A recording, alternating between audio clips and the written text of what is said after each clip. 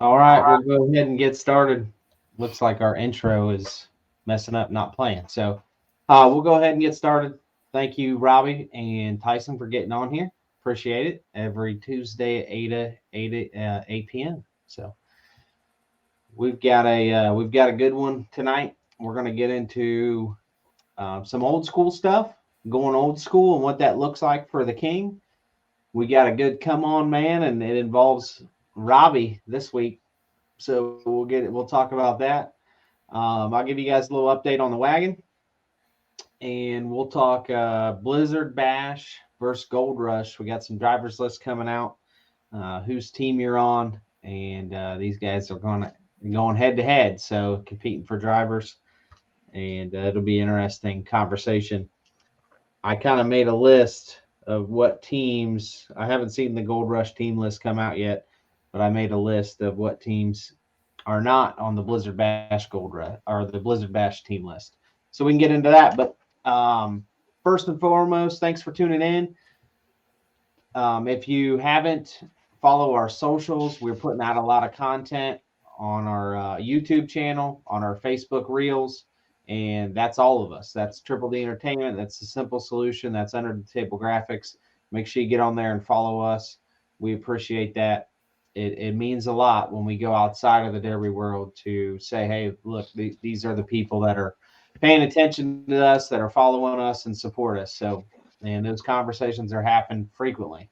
Tomorrow, I'm going to be in a seminar with a bunch of different people that are going to maybe possibly take a look at the Derby world. So Sweet. they look at those things. Um, but let's get into this, guys. We're going old school. We always have a second class at the King of Ohio. Last 2 years or the last 3 years, it's been a pro stock class. The pro stock hasn't really taken off for us, and we hear these guys beating the drum of they want a lighter build. Well, the pro stock is the lighter build. Maybe they want the throwback. So we kind of mentioned that in the past, and what exactly that would be. Well, it's going to be a 2010 like Metal Mayhem rules. I don't want to say we're using those rules exactly, but we're going to use something similar, a throwback to like 2010 ish rules. And the reason why you can't use those rules exactly, obviously, there's someone else's rules, so we're not using those rules exactly. But also, when you look through those rules, guys, it is there's a reason why rules are written different today than they were then. Those were state of the art rules then, but when you read them in today's lingo and today's verbiage, there is a lot of gray areas.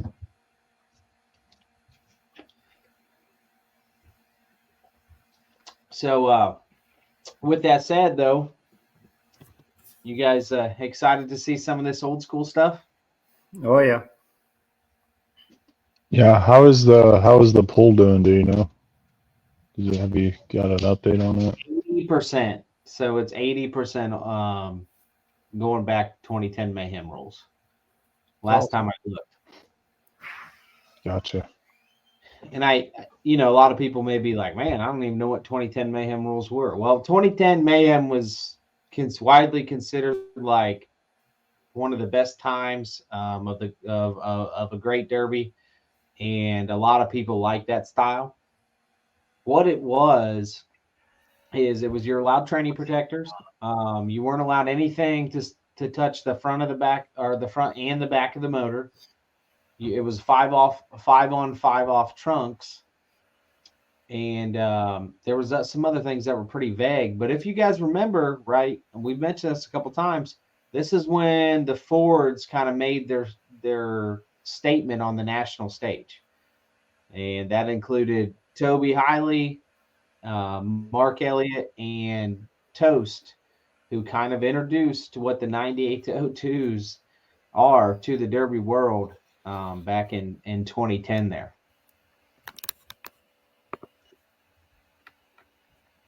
I think it'll be kind of interesting to see who takes old school, in these rule sets. Oh, by the way, there's no hump plates in this rule set.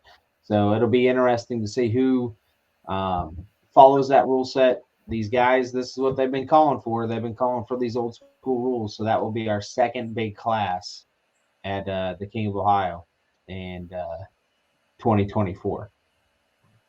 What do you guys think? Those rules, does it favor a wagon, old school? Does it favor the Fords? What are we going to see?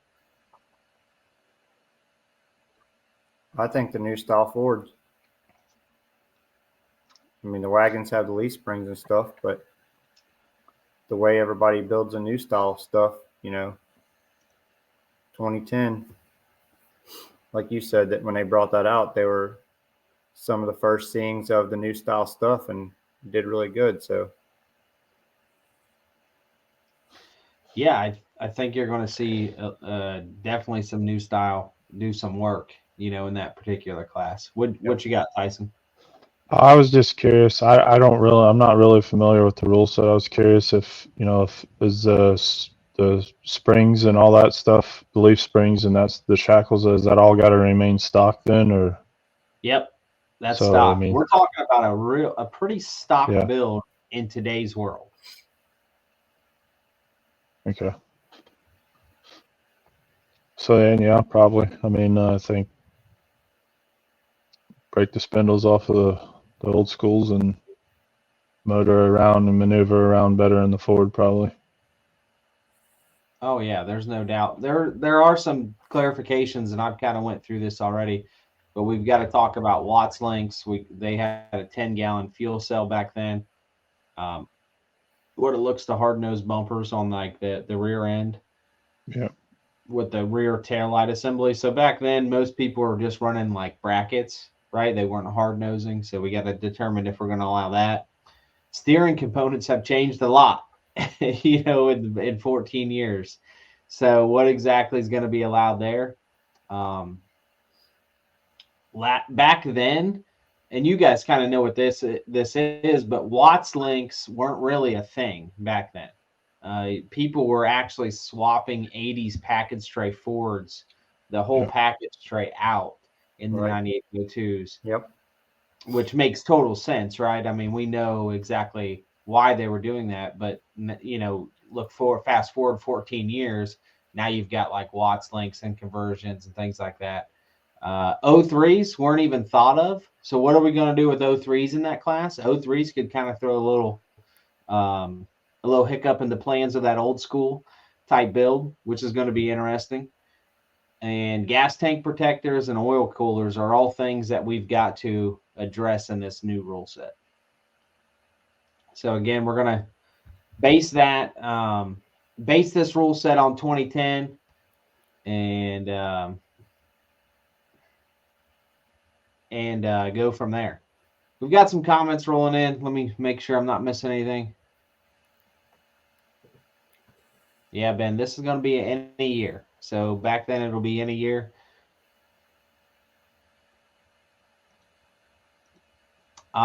This will be interesting. So here's a comment. Does this pull some of these Illinois guys to come over and play in Ohio? These guys say they like the stalker builds, and this is right up their alley. I know both of these guys ran and never missed Metal Mayhem in the past. Again, we're not running Metal Mayhem, but it is going to be based off of that version of rules in 2010. So it's a throwback class. And we will be doing heats and features with this class. We'll take 60 cars. How big do you guys want to do it? And this is kind of the question that we will be asking. I've got no problem paying $25,000 to win in this class. Obviously, it's going to be a little higher entry fee if we do that. I also know that we already have a higher entry fee and a big paying show with 50K to win and 60 cars, and we could do 10,000. So it's kind of the thought. Well, you guys have an opinion on that? I think we give them the option. I don't know how long you wait on the option, but I think we'll probably end up seeing the lower cost entry fee with the 10,000 to win. That would be my guess is what it turns out to be. I think that's a better option also. I mean, I just ran a derby and helped the derby that, there was no money to be won and everybody junked their stuff. It was awesome seeing that. So I think the lower entry fee for the lower amount of money which $10,000 is still a lot of money to win. So Yeah, that's nothing to shake a stick at. Maybe we No. pay a little bit further down. Have a pretty friendly entry fee for these guys. Pay further down and take care of this throwback class, and these guys coming back. Maybe we'll open it up. I hope we can reach out to Tori. I've talked to him a couple times, and I'll reach out to Tori, who was the promoter back then, and see if he can pull some of those old timers out of the weeds and see if they got anything left.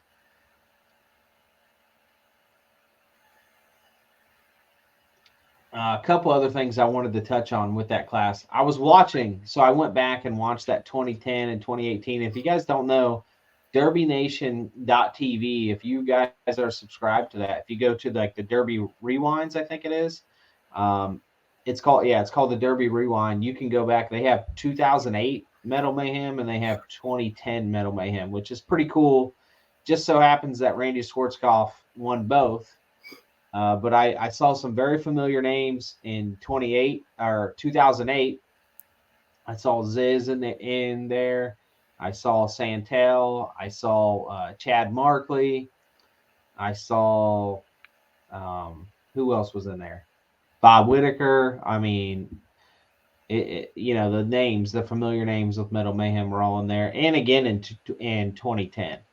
So let's throw it back. Let's give some of these guys what they're asking for. See if we can pull some of these Indiana, Illinois guys and mix them with this Ohio group and see what see what this old school feel will be like. You guys Bobby, got do you anything? think any of the Kentucky guys would be interested in anything like that, or is that? Yeah, I would think they would be. Absolutely. I Gotcha. know that a lot of guys around here run the motor swap style builds, and if you ask me, it sounds like the description of what Dustin's talking about is pretty close to that. So, and they're not running for 10 grand, just saying. So I definitely think that they'd be interested. Cool. Yeah, but I mean, basically, it's a motor swap build. I mean, Pretty much. back then the Big Rock Cradle stuff was just starting to happen. So, but they weren't allowed to connect the front and the back part of the motors. So you Right. had basically a pro stock build. You had a mid plate type deal. You could protect your trainee, but cars still been. I mean, I encourage you to go back and watch some of those derbies. I mean, it was an old school feel. Another thing about it, which I really like, is it was stock bumpers, guys. Stock seam welded bumpers, which it was really cool to see the 76s, the 74s on a lot of these cars, and they're bending. They're not just like just two hammers hitting each other. Like these bumpers are bending, twisting. Frames are not staying straight. So that's pretty cool to see. Okay, the Val's a fan. Yep. He says 25K will fill. If I remember right, that was like right when the distributor protectors and stuff like that was starting to be a big thing. And it's pretty much, some of the motor swap style build stuff around here now. So I couldn't imagine why this class wouldn't fill, even if you decided to go with the bigger payout. I still think it would fill. Just maybe keep it a lesser payout, a win for the first place, and then just pull more money down for more spots, or whatever, pay more spots out. Yeah, I'm thinking we want to do a little. If you want to run for really big money, the King class is where it's at. Right. We're approaching. I mean, that class is going to fill. I mean, we're over 40 entries, and there's a lot of people that say they're running that haven't signed up yet. I'm just not counting their entry until they're actually paid. So if you want to run for the 50K, you're looking King class.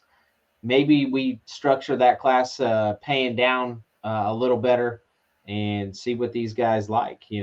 I would love to see some of these old school guys come out of retirement.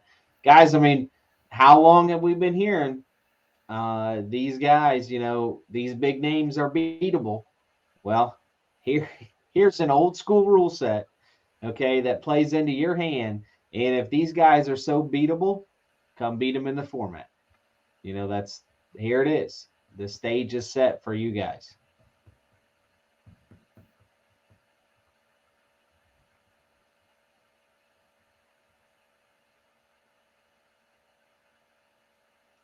Yeah, it was.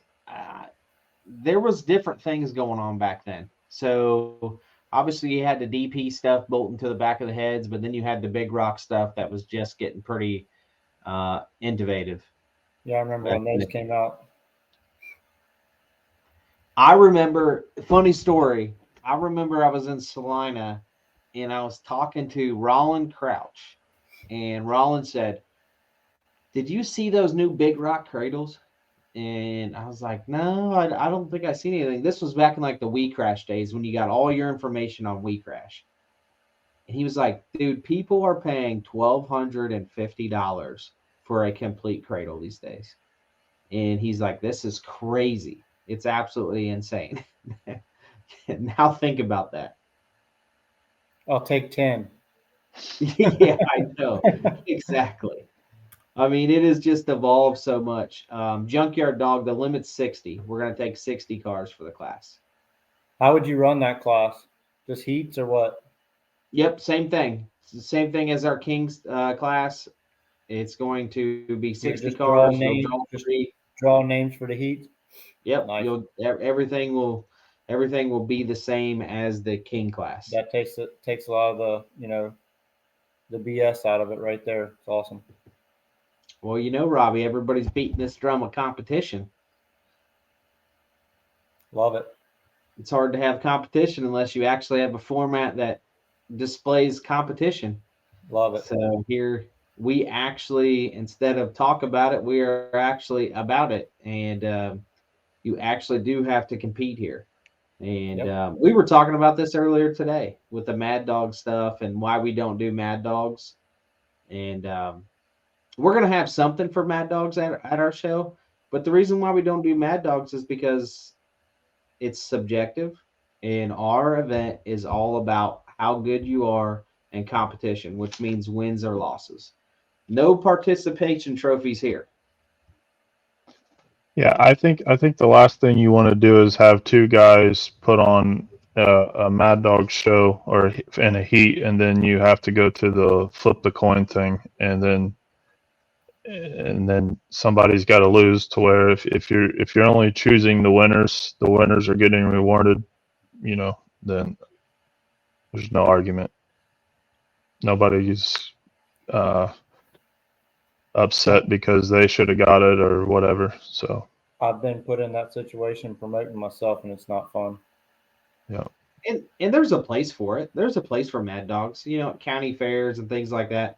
It's just this show is it's a kill or be killed, and hell, I mean, heck, any of Really, those front wheel drive heats were Mad Dog heats. yeah, but really, in those heats though, they're all, the style of your show.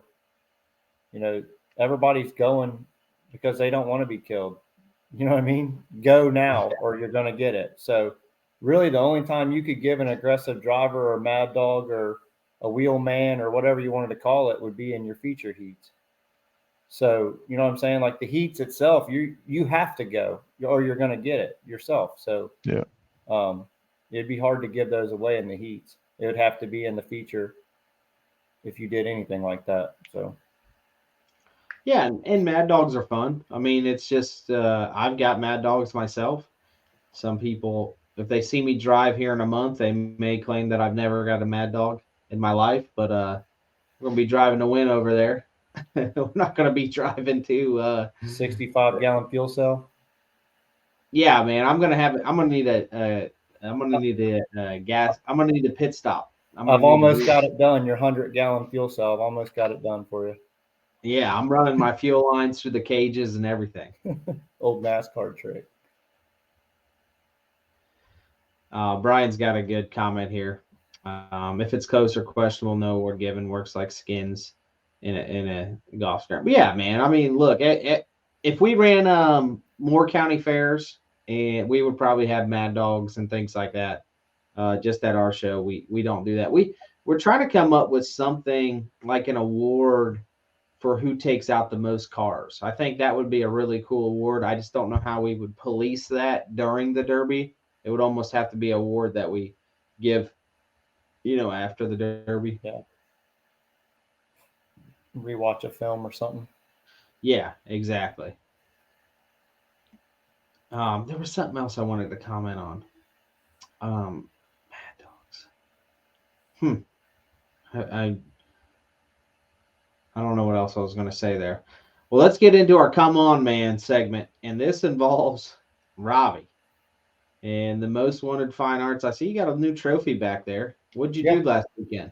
I've got 2 trophies. I got the ribbon and I got the MWFA. I won the MWFA class, and Anthony Wallace, another Kentucky guy, a close friend of mine, also a vendor of Cannonball Derby parts. He got second place.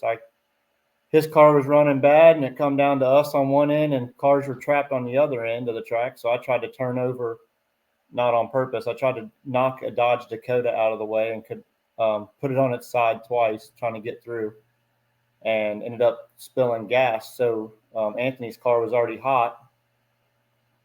So I lent my minivan to let him get into second place. We worked together down there and got him into second place, and then I took the victory. So very, very happy. There was 47 cars in that heat. We almost broke the record there, I think, which is 50 something. I think we needed 4 more to break the record, but we didn't get it. But I had a blast in New York at San Filippo 7. And can you tell us a little bit more about that event that some of these people don't know? San Filippo 7 was designed to raise money for a disease. I can't say the disease. I can't remember exactly what it was. It's a big, long word. And they raise money there every year to give toward, coming up with a cure for that and to raise money for that situation. There's actually a few families there that were there that talked about it. And there's zero money to be won there. They had 15 classes on Saturday and 15 classes on Sunday, and you don't win any money. A lot of promoters build parts and donate parts and figure out ways to get them parts, and that's what they give out for the winnings. And some of those parts are, like for first place, are around the $300 mark. So you win nothing. So you won nothing.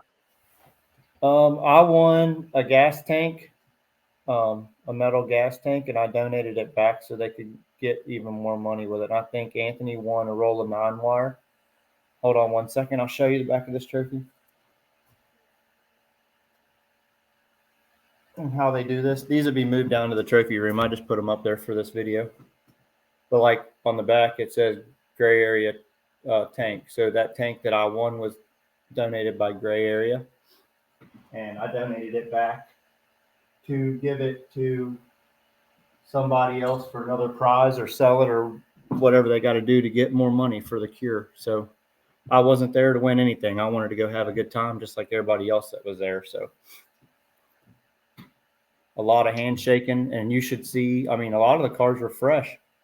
$1,500, $2,000, $3,000 bodies with full-blown real deal drivetrains in them, just flat junk when it come off the track. Amazing. All for a good cause, and all for a good cause. The stands were completely full. There were people sitting in the steps. Well, that's really cool that they got to raise that kind of money and that you're a part of that.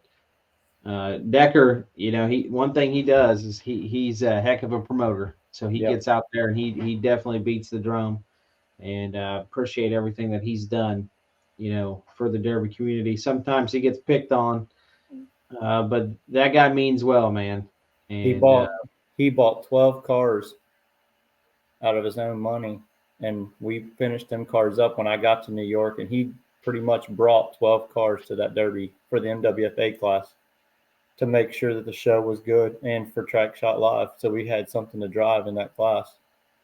I took up that 2010 Camaro, and, he pretty much donated all those other vehicles, or brought all those other vehicles for all of us to have fun with and put on a show for the crowd. So that says enough right there for Josh. You know what I mean?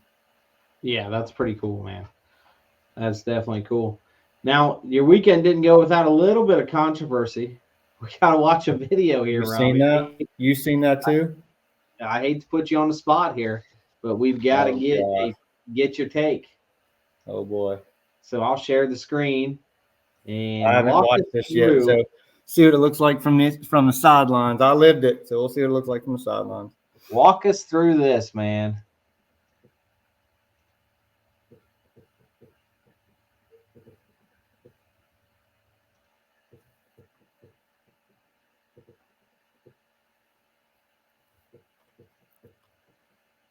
I put some pretty hard shots on that Ford Explorer that's against the wall right there. Right now, my stick is broke in my hand, waving it at that guy. You can see me throw it right there. I already had broke off. That's me telling him right there that I'd already broke off. I showed him my stick the whole way, him looking right at me, grinning. He cleaned off the front of that van. He full tracked me with my stick in my hand, telling him the stick was broke. I was irate. I'll tell you that. What was it about? I mean, so I hit him. I hit him from about half track into front end of his van and packed him up onto the wall, up against the wall pretty good, and he got out. And then I full tracked him I 3/4 tracked him again into his front end. And on that second time, when the van come off the ground, the front axle snapped. He actually shoved me forward and sideways to get out from behind me. And I broke my stick at that point because that wasn't my van. There was a guy there that I met this weekend. They call him Yoshi. Very nice guy. He actually brought that van there for Fatty, and Fatty was afraid with that class. I mean, I don't blame him. That's a rough class. I derby a lot. So does Fatty, but yeah, he was scared, wasn't he? Yeah, he didn't want to. Oh, Fatty's on here. What's up, brother? He's probably making fun of me. Me and Fatty was pretty upset. I'll just tell you that. And lucky that we're both trying to be professionals. You know what I mean? But the shot that he took on me was definitely uncalled for, and not what a normal derby driver would do to somebody. So let me break this down. Fatty says he wasn't scared. I knew he was going to like that comment. So let me break this down. You break your stick. You're literally waving it at this guy. I had it out the window like this, showing it to him the whole way. And he still smoked me with that, with me showing it to him. Was there any conversation afterwards? I mean, it looked like there was some conversation in the car or in the van. Was that I might have cussed him a little bit. But I pretty much was telling him, like, you know, that was completely uncalled for. He junked that guy's van. Yes, the back end was smashed all the way to the gas tank protector, but somebody could have ran that van in the cup. And that was what I was thinking the whole time. Like, hey, somebody else can run this. The axle's broke. I'm clearly out. You know what I mean? So I just snapped it off. Like, I'm not going to sit there and rev it to the moon and try to make it a miracle happen where the axle just pops back in and we're ready to go. I broke the stick off.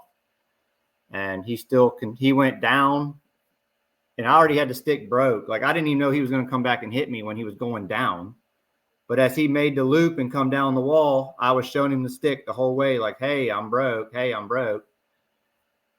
I would say he got probably 6 inches of the driver door there, or maybe a little bit more in front wheel.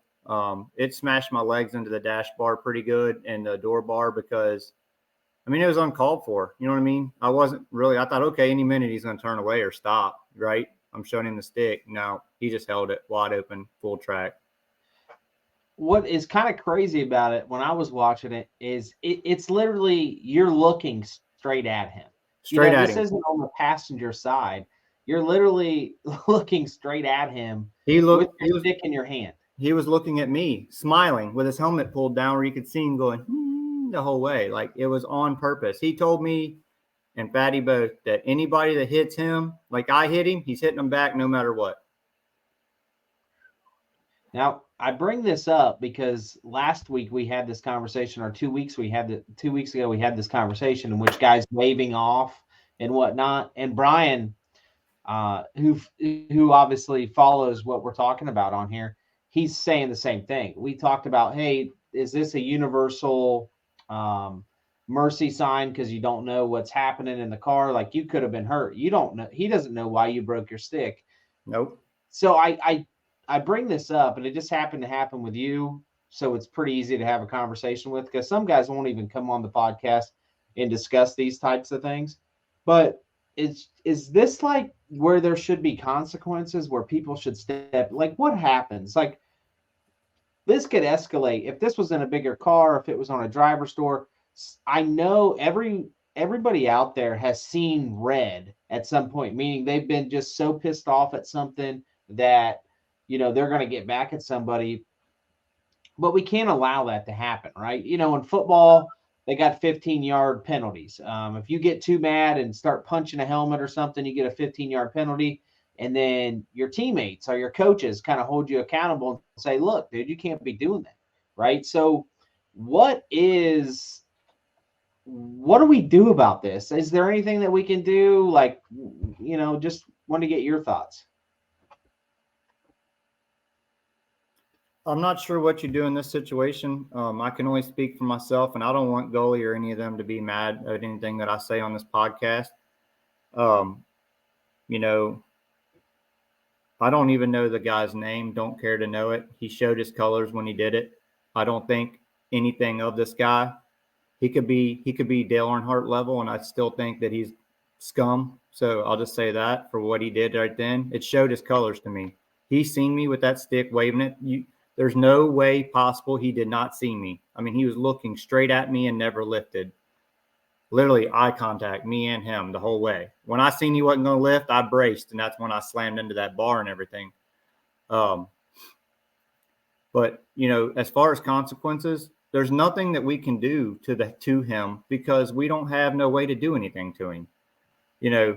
Spinning wheels could throw him out, right? But what's that do? He'll just go somewhere else and run. Without an organization. The computer, right? Like one post away from just everybody's POS and right. This and right. That. That's what I'm and saying. Nobody knows the backstory, right? Right. So without an organization or something, to where, and I hate saying that, but we need to say that, but without an organization or some way for everybody to be organized where you can say, you know what you did, you're on probation, you're suspended until a certain date, or you don't run anymore this year. And that would make people think twice about this situation. I mean, I can talk about another situation if you want me to, that I heard about. Sure. Yeah. So almost the same situation, but without a person in the car. So another promoter that I'm close to, that I'm friends with, pulls a car to the side of the ring during the heat for a Mad Dog. Right? I wasn't there. This is secondhand, but I know what happened, and it's still not right. So supposedly he pulls this car to the side of the track for a Mad Dog, starts the heat back up. Soon as they say go, one of the guys that the Mad Dog car had beef with, full tracks that Mad Dog car against the wall. Soon as they say go, and junks it. It's the same situation. What do you do about that without an organization or something?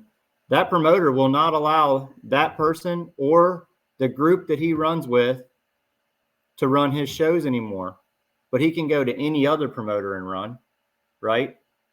So that don't do nothing but hurt that promoter, because he technically just lost 5 cars, 10 cars. Yeah, he lost out on the, he don't have to worry about the drama anymore. And a lot of times us promoters get tired of the drama, so it's a win. But in reality, when you start losing car count, that's what hurts a promoter, right? So without an organization or some way for everybody together to say, what you did, your actions, you're suspended, right? Or you no longer run this year with us, or whatever, right?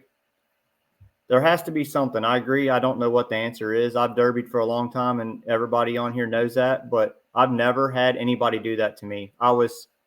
I'm telling you that I was as mad as I could be, but I showed being professional because of the group that I was there with, Track Shot Live. I'm not going to fight anybody. I'm not going to show my rear end, even though I wanted to. I told the guy what I thought, and that was it. I don't even know his name. Don't even care. But to answer your question, I don't know what we do without having some type of organization where we can organize ourselves together as promoters and whatnot, and say that somebody that does something like that don't run, or they're suspended, just like other motorsports. Dirt track does it. Somebody shows their butt like that. Dirt track throws them out, suspends them, whatever. So Well, NASCAR. there has to be consequences to this, right? I mean, and the thing is that you can't have consequences, just as you mentioned, without people standing together. It's the same thing as with the county fair stuff that we talk about and getting better payouts for the drivers and this and that. Um, Look, if we stand together, everybody gets better. A high tide raises all ships. It really does. And we can do things like this. Heck, at one of my shows, my first show ever, actually, it was the first big show ever. It was the prequel to The King. This happened. And tell me what you guys would do in this circumstance. We had a driver who didn't make contact within a minute. We went out and broke his stick. Bad decision that we made to leave that driver in his car. That driver said, I'm going to continue running, and smokes a guy in his wheel. What do you do? Like, we broke his stick. We've eliminated him from competition. I know what we did moving forward is we removed the driver from the car as soon as we break their stick, so they can't do that. But that driver put us in an awful situation, and he smoked another guy in the tire. What do you do? I mean, I just came up with an idea. What if you impounded that person's car and they didn't get it back unless they paid up a certain amount of money for their actions? I Put it just in the don't rules. know. I don't know if you can I mean, if implement he, things like how that. much did the parts cost that he smoked on that guy's car? How much did that guy lose that he smoked? You know what I mean?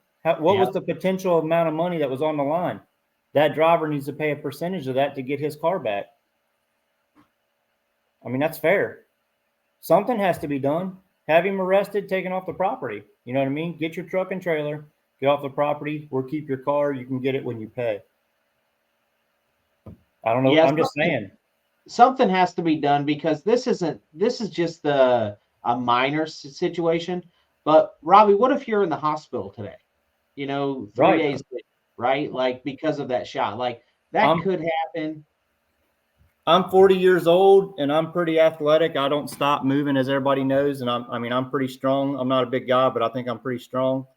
And I can tell you that when he hit me like that, with me seeing it coming, after I seen he wasn't going to stop, I braced up pretty good. And it still banged me into all that cage on that driver's side, my kneecap, my leg, my hip. You know what I mean? I mean, that's a pretty hard shot. That was a methanol 4.3 Ford Explorer with a 9-inch flat sprung pointy bumper. I mean, it ain't no joke of a vehicle. That's why I went after him. I don't even know the guy. I just seen him when he came in the track, and I said, that's the guy I got to get if I'm going to try to win this derby. You know what I mean? So when I got my shot, I took it on him twice. And then he pulled that stunt, Yeah, for sure. Look, Josh, there's no hard feelings here with Track Shot and Robbie. We're bringing this up because we're able to Yeah. talk about this and shed light on it, because it's somebody that's willing to come on here and talk about it. No shade is being thrown anywhere. It's just, these are the conversations that we have to have. Look, we have Yep. grown men. You have to have lines when you're competing, just like you do in baseball. Just like they throw umpires out of the game, you can't just cuss at the ump. You can't argue balls and strikes. There's lines in all sports that you can't cross, and there's unwritten rules and things like that too. In the derby world, it is time that we start to establish these things, right? You can't hit a guy when his stick's broke. There should be consequences to this. I mean, this happened to me just last year at the Smith Metalworks Expo. I was clearly out, and I got smoked. I definitely had some words to say, because it's BS, man. And The person that I am, I was more upset that he tore up Yoshi's van, because I could tell the back was bent up in the air because it was touching the gas tank protector from hitting that guy a couple of times. I was more upset that he tore that van up and somebody else could have ran it. It wasn't even mine. I was just running it because they wanted us as Track Shot to run it. and have a good time, right? And try to win for the 5th time in that van was our whole goal. I knew that I probably wasn't going to win. The lines were looped and the van was wore out. It's won 4 derbies already. Mm-hmm. And I just wanted to go out there and run that van in that class like Yoshi wanted us to.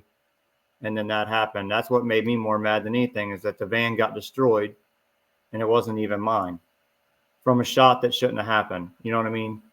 And like you said, there's no hard feelings against nobody from Track Shot Live or myself or Fatty or any of us. It's just that, like you said, I didn't even know this was going to come up, but I'm glad it did because it needs to.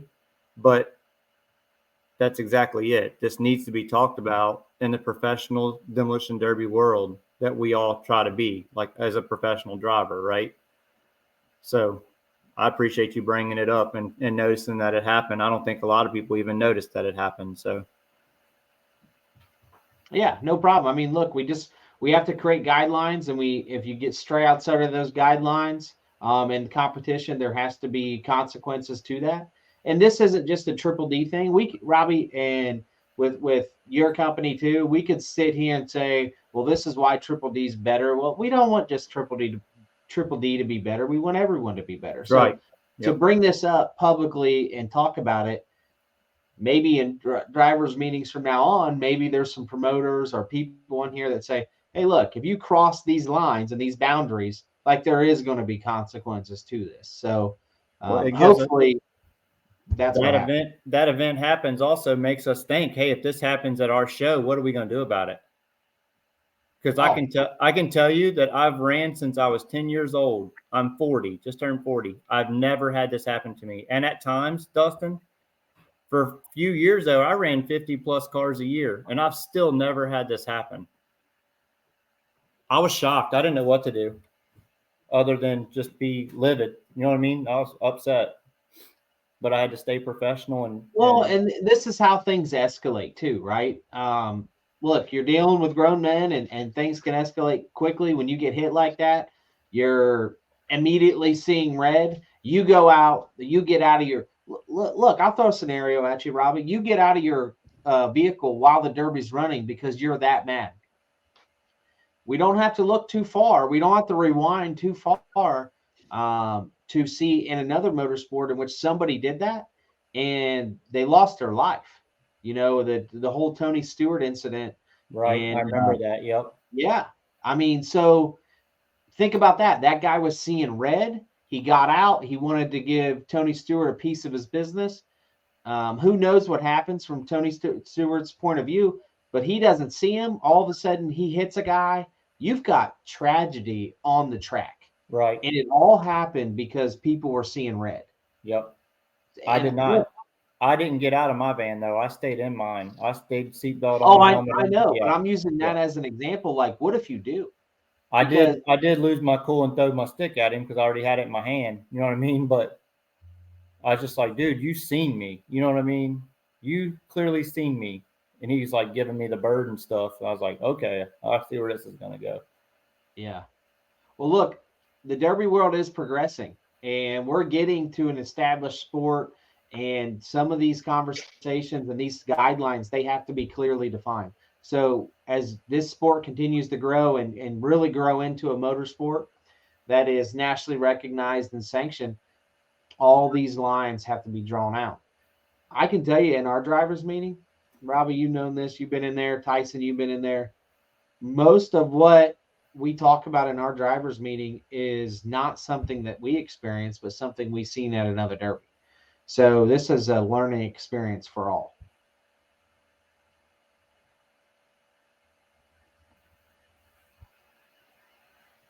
I'm trying to keep up on the comments here. A lot of people commenting, a lot of good stuff, and I appreciate it. Just people just chiming in, good stuff. So appreciate that conversation. I want to move on to, we're building a wagon, and I'll give a little update on that wagon build. So we're building a wagon, and we're running that buried alive. And we kind of are updating everybody on that, giving everybody kind of like a walkthrough. So Robbie, I mean, and Tyson, we've talked about this. We really want the drivers to hype up the show, like especially for the King. I've been preaching this. Like people want to see what they haven't seen before. They want to hear, they want to get the inside scoop. They want pictures of the build. They want all that stuff. And that helps the hype of the show. It helps everything. And we've been asking drivers to do this for the past couple of years. Some will do it, some won't. So Tyson and I, Tyson came down and did some filming for me and helped me out in the garage. Tyson and I have kind of put this on our own to say, well, if we're asking other drivers to do it, why don't we do it? This is solely why we're building this wagon. Is we wanted to create content for these guys, give them an opportunity to see in our garage. We don't do everything right. Our garage isn't perfect. My welds aren't perfect. I'm not a professional welder. You can nitpick everything, right? But it's that access that you wouldn't get otherwise. And that's why we're doing this. So if you guys want to stay up on that build and you want to see what we're creating, we're giving you all access. I mean, Tyson, how many conversations have we had in the garage where you're like, hey, do you want guys to see this? And I may say no at times, and you're like, well, I mean, there's nothing I can film if you don't let me film this. Yeah, yeah, all the way down to just simply cutting brackets, or you know, should we put it here? Should we do this? And it's like, well, I don't want to look dumb on it, but it's like, it's real. I mean, everybody goes through it. I mean, you got to think it out and think the process of it. So I liked watching the episode where you guys did where you put the subframe underneath there and you cut the other one out, how you cut it and where you cut it and all that. That's good information. yeah, Yeah, I've done it myself, but that's what a lot of people won't show. That's what a lot of people are always like, well, how do I reclip a car? You did it. You showed it. yeah, and maybe it's not the best way. Maybe it's not perfect. Look good to me. Whatever. But oh well. Hopefully, people comment on and show me how to do it, or they make their own videos and say, "Hey, look, I do it this way, so right. we can steal it." You know. Remember the fix-it plates, Tyson? Yep. I'm like, man, I don't want to show these fix-it plates because they're like parallelograms that you're always reading into the rules. And he's like, I mean, if you ain't gonna show it, then there ain't nobody gonna show it. So we did a whole video of like, all right, this is how we cut our fix-it plates out. This is our template that we made. This is how I'm structuring it on the frame. I'm using this to do this to connect all of it. Now my whole frame is done the way it needs to be done, or at least my thoughts are right the way it needs to be done on an old school wagon. And that was pretty revealing. I mean, that's got a lot of action. I think it's at 13,000 views on the reels. So there's a lot of people entertained by that stuff. Yeah, and like you guys said, the worst thing that comes out of it, either nobody watches it and it just dies out. But like you said, the hope would be is that the next guy sees it and then says, oh, or it sparks the light bulb, and then he goes and does it, or somebody comes along and says, no, I've done that 20 years ago, and this is why you shouldn't. Well, now we've progressed the derby world in a public way to bigger and better. So. Did we get into all this patching? Are we going to show some of that patching, Tyson, that we did in the back of these wagons? Everybody does it in these wagons. We did it too, just like everyone else. Look, the seams are rusty, so we patched the seams. We'll get into some of those videos, why we're doing what we do. The quarters were blown off of it. We called on and found out how we could fix it. And I found out, Tyson, so here's something that I got to make a video about. When I found out that the quarter was wrecked. There's Bondo all the way up to the C-pillar, going up the C-pillar. And then in the taillight section, I literally saw with it, when I was welding today and fixing that rust right at the pillar, there was the spot welds where they tacked the new quarter in. So that's why that quarter got blown off. Blew it apart. Yep. Yeah. So I didn't know that, and I'm sure the person that built that wagon before didn't know that, and that's why that quarter separated. got blown off the way it did. Yeah, all the weld, there was nothing welded there. You know, they just tack it on and then they Bondo over it, and it's good for the road. Yeah, it Robbie, was they asked, this. go ahead. Go ahead. This is just the first time that I've ever even seen an old school up close. So it's been a whole learning experience for me just to even see how it was all put together from the sections of the seams and the way that they actually put it together from factory. So it's been an experience in itself.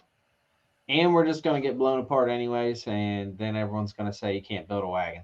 So probably so. We tried. Yeah, we tried. Is it going to be 4.6 powered, Robbie? Only if you're letting me drive it. Yeah. Oh man, I can't let you drive the wagon. No, I actually, for those of you that don't know, my buddy Mitch Miracle builds my motors, Miracle Racing Engines. He's actually built a lot of motors now for a lot of people, but his motors have never failed me, and it's something that I will continue to run. And if you guys look at my sponsor signs, anything like that, I always have Miracle engines on everything. He is out of Salina, Ohio, where I'm from, and he's an awesome engine builder. I don't know how busy he wants to get, so be. I don't want to hype him. Sometimes he hates when I give him any credit because of that, but look, he's really good to me. So.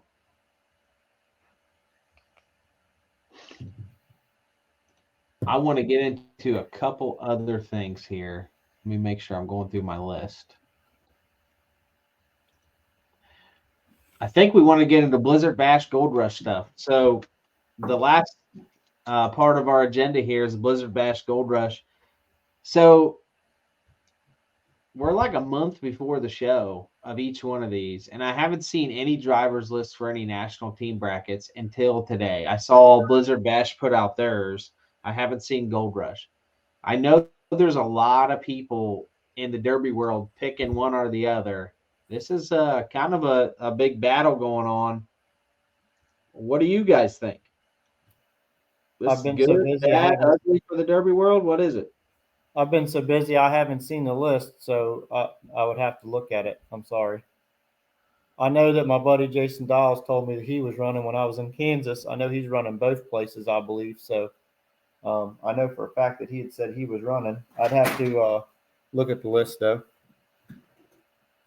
I went over the list and of the Blizzard Bash list, and it looked like some noticeable team names that weren't on the Blizzard Bash list that I can only assume are going to be on the Gold Rush list was Team Octane, Team Calisota Style, Team Bush Light, Derby Icons, Near It Demo, CPI, and GH Graphics. So there's 7 teams that I think you could probably fill in that are going to be on the Gold Rush list, which is, that's pretty big names going to be on that Gold Rush list.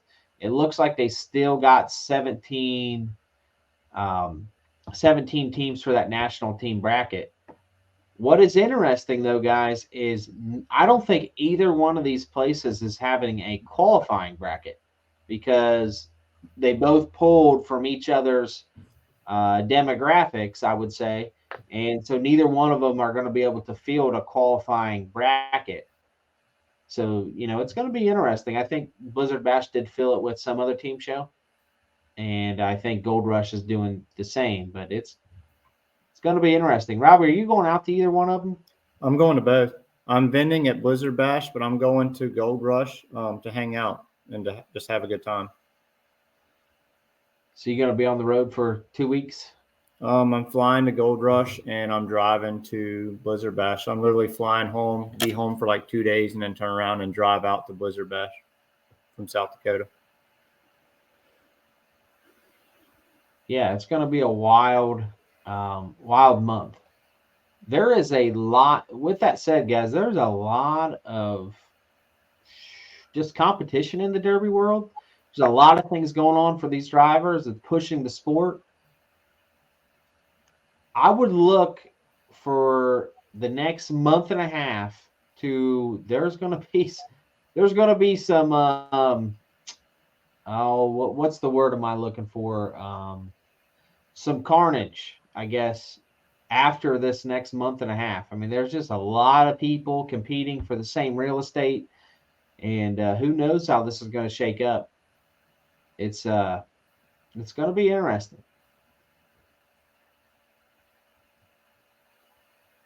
I think that the South Dakota Gold Rush Derby is going to be a lot of fun for everybody. And I think it's going to be something new for everybody. You know, I think it's going to be a really fun experience.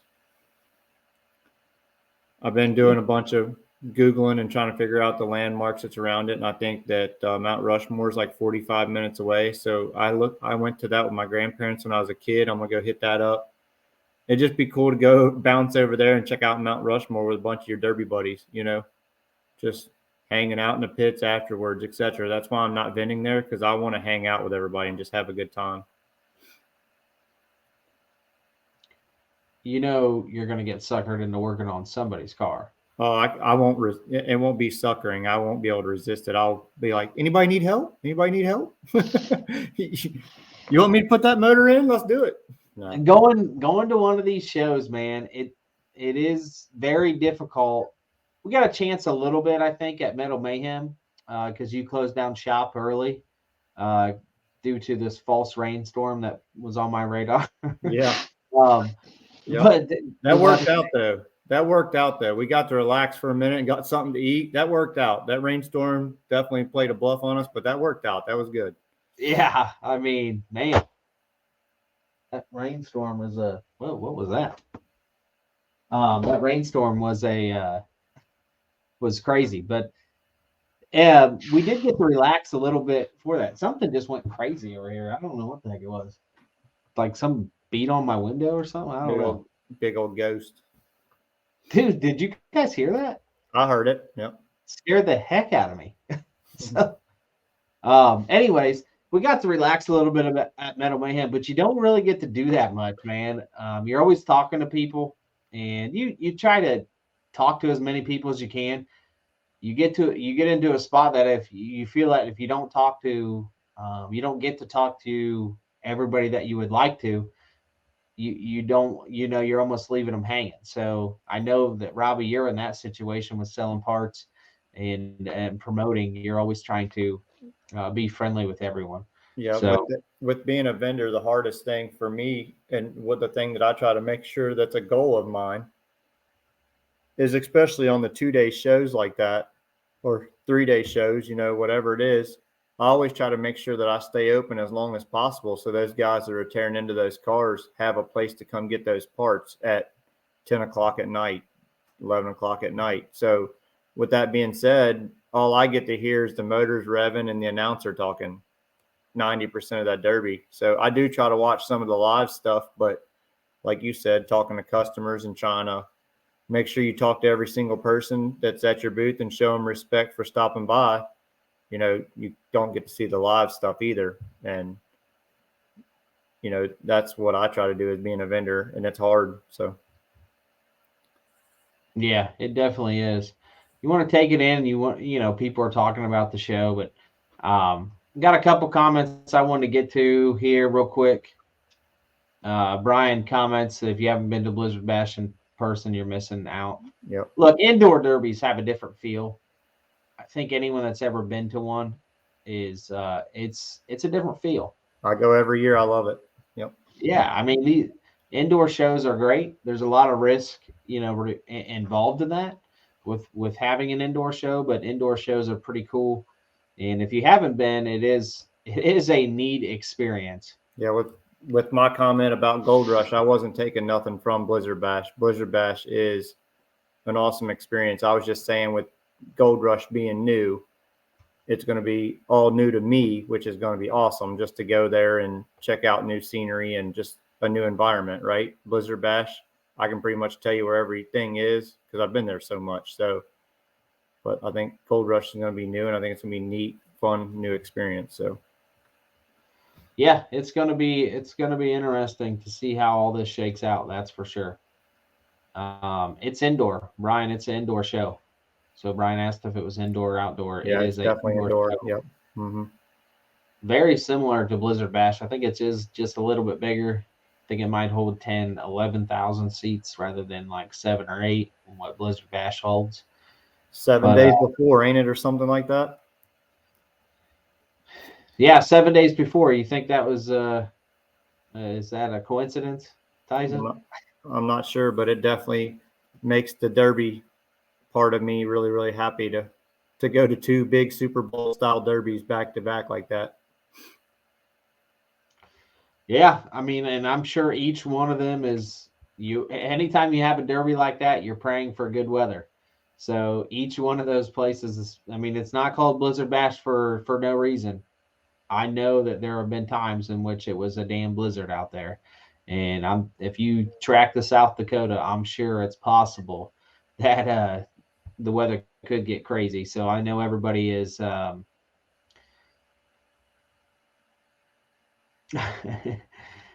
Comments are cracking me up. I know everybody's crossing their fingers for good weather.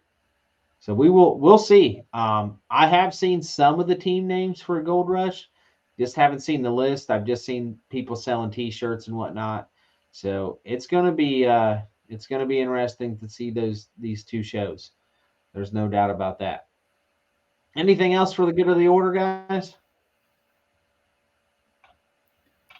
This weekend is I'm going to a derby in Minnesota, so excited about that. I leave either tomorrow or Thursday to head out to that. I'm trying to pack up orders that I missed while I was out of town in New York.